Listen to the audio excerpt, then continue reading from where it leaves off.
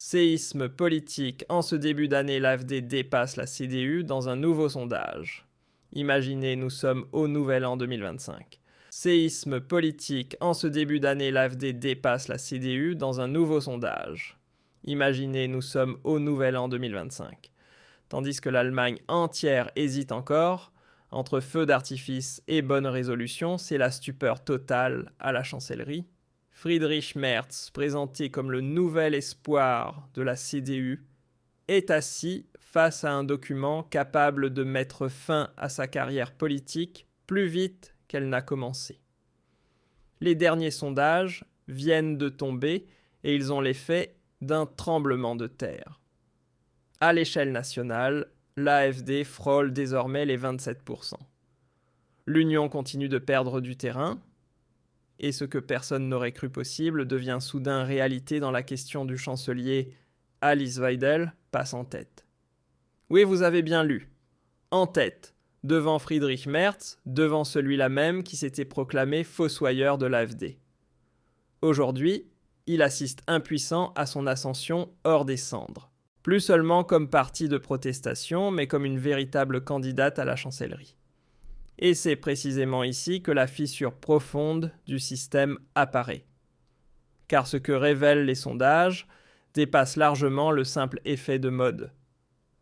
Il s'agit d'un déplacement tectonique dans la manière dont les citoyens pensent la politique. Les gens ne sont plus disposés à accepter les mensonges à répétition. L'époque où les plateaux télé dictaient l'opinion est révolue.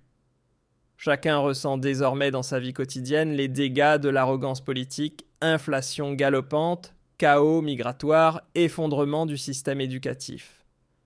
Et malgré cela, on leur répète que tout va pour le mieux. Libre à chacun d'y croire. Pendant que Friedrich Merz fixe les courbes des sondages, comme un élève devant une copie ratée à Berlin, on redessine les lignes de la fameuse barrière morale. Le chef du groupe CSU, Alexander Hoffmann, veut de nouveau exclure l'AfD de la conférence de sécurité de Munich en 2026.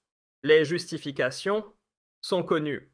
Proximité avec la Russie, lien avec la Chine, risque supposé pour la sécurité. Des preuves aucune. Mais aujourd'hui, il suffit qu'une opinion dérange pour qu'elle soit qualifiée de menace. Le dialogue est officiellement encouragé à condition qu'il reste entre personnes du même avis. Ceux qui sortent du cadre idéologique sont écartés sans ménagement.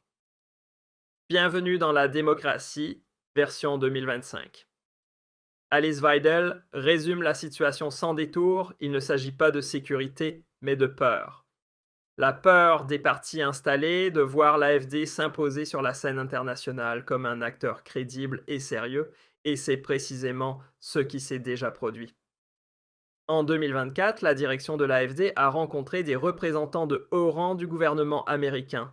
Le vice-président des États-Unis, J. Oaz, n'a pas hésité à critiquer publiquement la politique d'exclusion menée en Allemagne contre l'AfD, allant jusqu'à parler d'un danger pour la démocratie. Ce n'était pas une simple remarque diplomatique, mais un véritable séisme politique. Peu après, il s'est entretenu avec Alice Weidel. Une rencontre avec le chancelier Merz aucune.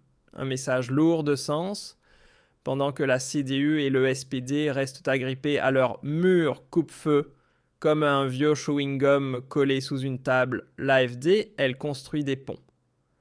De véritables relations politiques avec Washington, avec l'Europe de l'Est, et au-delà vers de nouvelles alliances. À Berlin, en revanche, on continue de se raconter des histoires rassurantes. On s'imagine qu'en ignorant et en marginalisant la plus grande force d'opposition du pays, elle finira par disparaître. Quelle erreur de jugement. Plus l'AfD est exclue, plus son soutien grandit, dans la population chez des partenaires internationaux. Et désormais même au sein de certains cercles de l'Union, car en coulisses, les calculs ont déjà commencé.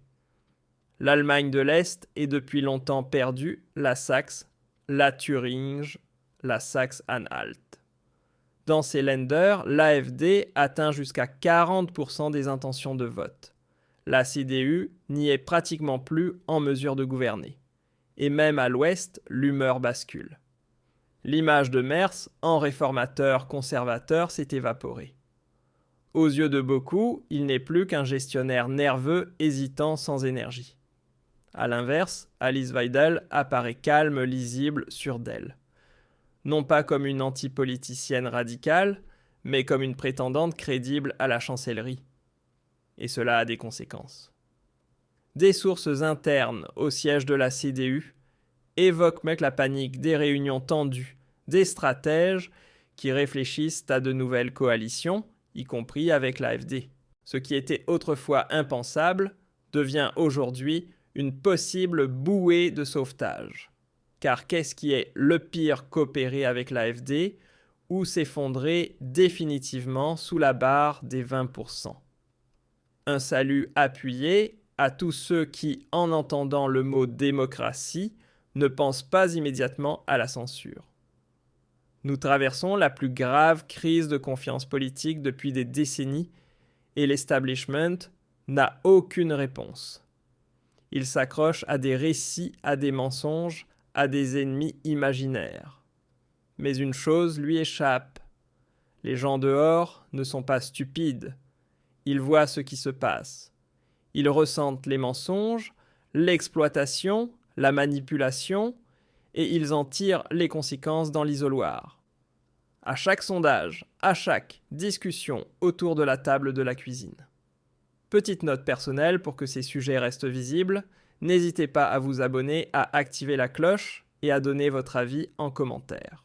Tandis que Friedrich Merz et sa CDU tentent encore de contrôler le récit politique, la réalité, elle les a déjà largement dépassés. Car ce qui se dessine en Allemagne ressemble à rien de moins qu'un tournant historique provoqué par l'éveil silencieux d'une population lassée de l'arrogance politique et de la tutelle médiatique. Les citoyens ne se demandent plus quelles coalitions sont possibles, mais quelle politique sert enfin le peuple.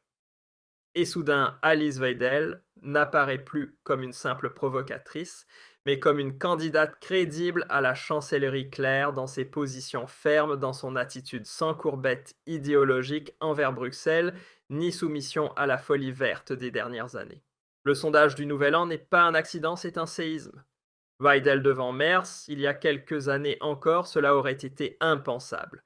Aujourd'hui, c'est un fait. Et la réaction ne se fait pas attendre la panique. On invoque une fois de plus la barrière sanitaire. Le responsable CSU Alexander Hoffmann veut à nouveau exclure l'AfD de la conférence de Munich sur la sécurité. Bien sûr, avec les mêmes arguments éculés, la Russie, la Chine, les risques pour la sécurité. Aucune preuve, aucun dialogue, seulement l'exclusion. Mais est-ce encore cela la démocratie? Alice Weidel le dit sans détour, voilà le vrai problème. Les vieux partis ont peur. Peur que l'AfD puisse convaincre sur la scène internationale. Et c'est précisément ce qui s'est déjà produit. Le vice-président américain Uri Wyess a critiqué publiquement cette politique d'exclusion, évoquant un danger pour la démocratie. Il a rencontré Weidel, pas le chancelier Merz. Un signal diplomatique à forte charge symbolique. Pendant ce temps, l'AfD tisse des réseaux, établit de véritables relations avec les États-Unis, l'Europe de l'Est, bientôt l'Amérique du Sud. Tandis que Berlin s'isole sur la scène mondiale, l'AfD, elle ouvre des portes. Elle, et que fait-on à Berlin? On l'accuse précisément de cela. Une diplomatie anti-allemande, selon les mots de Hoffmann. Mais la réalité est tout autre. L'AfD est prise au sérieux, la CDU et le SPD ne le sont plus. En Allemagne de l'Est, la CDU est depuis longtemps marginalisée. En Saxe-en-Thuringe et en Saxe-Anhalt, l'AfD atteint jusqu'à 40%. Sans elle, aucun gouvernement n'est plus possible. Même à l'Ouest, l'Union vacille.